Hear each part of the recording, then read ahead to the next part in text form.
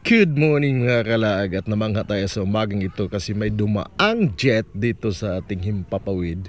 Ayan o, as you can see, papuntang Davao City yan. Kaya nagising tayo, di naman natin narinig pero nakita lang natin yung bakas niya.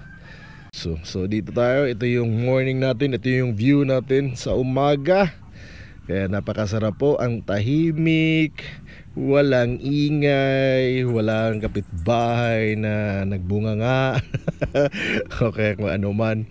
Kaya shoutout po sa inyong lahat dyan. Kaya ang ganda ng ating umaga ngayon at magtatanim tayo. Ito yung mga seedling natin. So may seedling tayo ng talong, itong repolyo.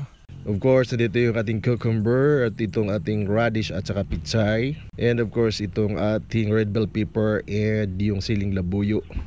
And string beans, nandyan din. At saka yung sangig. Ito yung sangig na masarap din siya sa tinulang manok. So next naman yung ginawa natin, si Rimar naman, nagbibiak na naman ng kawayan. Siya rin yung nanguha, shoutout kay Rimar Ikdang, owner ng Bukid Tabay. Siya yung nagbibiak niyan. Si Selling may alam pag paano biakin eh. Kasi kung di ka expert sa pagbibiak ng kawayan, masisira lang 'yan.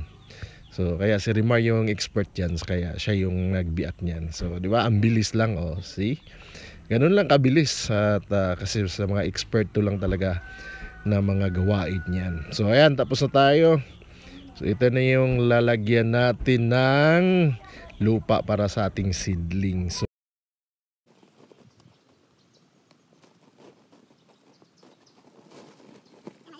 So ngayon kukuha na tayo ng loam soil dito sa bandang baba ng ating bundok. Ayan, silid natin ng sako. And ayan, pinipili lang natin yung area na kukuha na natin ito sa may puno kasi lata nitong puno na ito.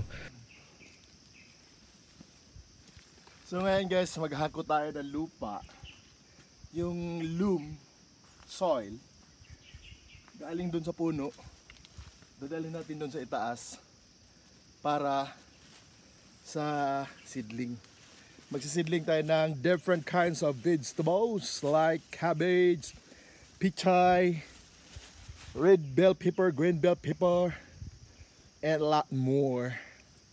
That's all for now, and have a sweet morning.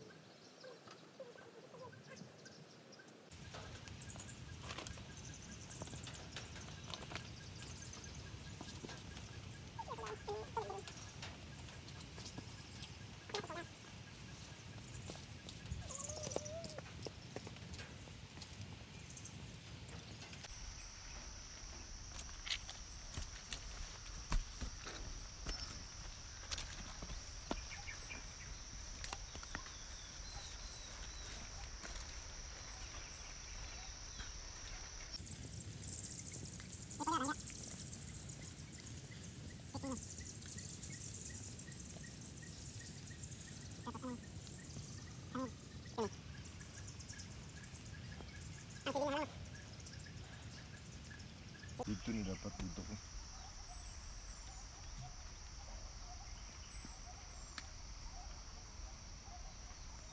Okay, good morning. And magsidling na tayo ngayon para may tanim tayo for a couple of days pag tumubo na ito. So with this area pa rin. So that's all.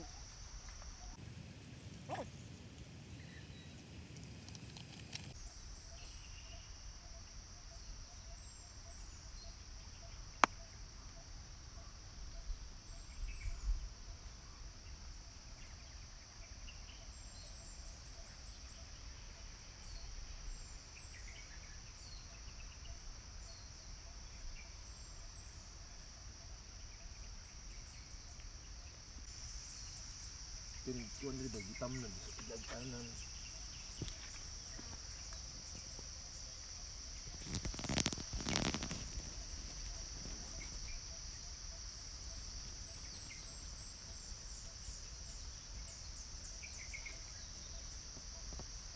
After 3 days guys, ito na yung ating pipino. Tumubo na. Tapos itong ating ano to? Red bell pepper, green bell pepper. Hindi pa. Mayroon na nag-sprout na, konti pa lang. Tapos yan siya, siling labuyo hanggang doon wala pa. Tapos yung repolyo okay na, may tumubo na. At ang marami doon is yung pichay. Tsaka yung cabbage, saka yung sili hindi pa naman tumubo. So yun lang muna. Good morning guys. After 1 week tayong nawala dito sa bundok, ito na yung nangyari sa ating seedling o ating nursery. My God.